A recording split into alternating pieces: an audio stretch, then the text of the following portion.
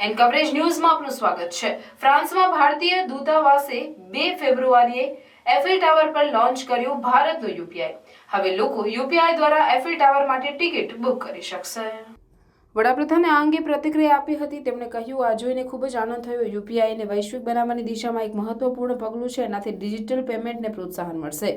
ફ્રાન્સના રાષ્ટ્રપતિ એમ્યુન્યુઅલ મેક્રોનની ભારત મુલાકાત બાદ લોન્ચ કરવામાં આવ્યું। મેક્રોન 25 જાન્યુઆરીએ જયપુર પહોંચ્યા। આ દરમિયાન વડાપ્રધાન નરેન્દ્ર મોદીએ તેમને યુપીઆઈ પેમેન્ટ ડિજિટલ સિસ્ટમ વિશે જાણકારી આપી હતી। તેમને પેમેન્ટ કેવી રીતે કરવું એ શીખવ્યું।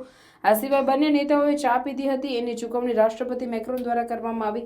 ફ્રાન્સના રાષ્ટ્રપતિ યુપીઆઈ પેમેન્ટના ચાહક બની ગયા હતા। 26 જાન્યુઆરીએ સ્ટેટ ડિનર દરમિયાન મેક્રોને કહ્યું, જયપુરમાં પીએમ મોદી સાથે મેં જે ચા પીધી એને હું ક્યારેય ભૂલી શકતો નથી, કારણ કે એના માટે પેમેન્ટ યુપીઆઈ દ્વારા કરવામાં આવ્યું। એ મારા માટે ખૂબ જ ખાસ હતું। એ મારી મિત્રતા, હૂંફ, પરંપરા અને નવીનતાનું શ્રેષ્ઠ ઉદાહરણ હતું। જુલાઈ 2023માં ફ્રાન્સની મુલાકાત દરમિયાન ભારતીય સમુદાય સાથે વાત કરતી વખતે વડાપ્રધાન મોદીએ કહ્યું હતું કે ફ્રાન્સ અને ભારત વચ્ચે ડિજિટલ પેમેન્ટને લઈને સમજૂતી થઈ છે। આ અંતર્ગત ફ્રાન્સના ભારતના યુપીઆઈ દ્વારા પેમેન્ટ કરી શકાશે। તેમણે કહ્યું હતું કે ટૂંક સમયમાં ભારતીય પ્રવાસીઓ ફ્રાન્સમાં રૂપિયામાં ચૂકવણી કરશે। એનસીપીઆઈ ઇન્ટરનેશનલ પેમેન્ટ્સ લિમિટેડ એનઆઈપીએલ અને ફ્રાન્સની લાયરા કલેક્ટ એ ફ્રાન્સ અને યુરોપમાં યુનિફાઈડ પેમેન્ટ इंटरफेस लागू करने માટે करार पर हस्ताक्षर કર્યા હતા। अन्य खबरों के लिए चैनल को सब्सक्राइब कीजिए। खबरों का नोटिफिकेशन पाने के लिए बेल आइकॉन को जरूर दबाएं।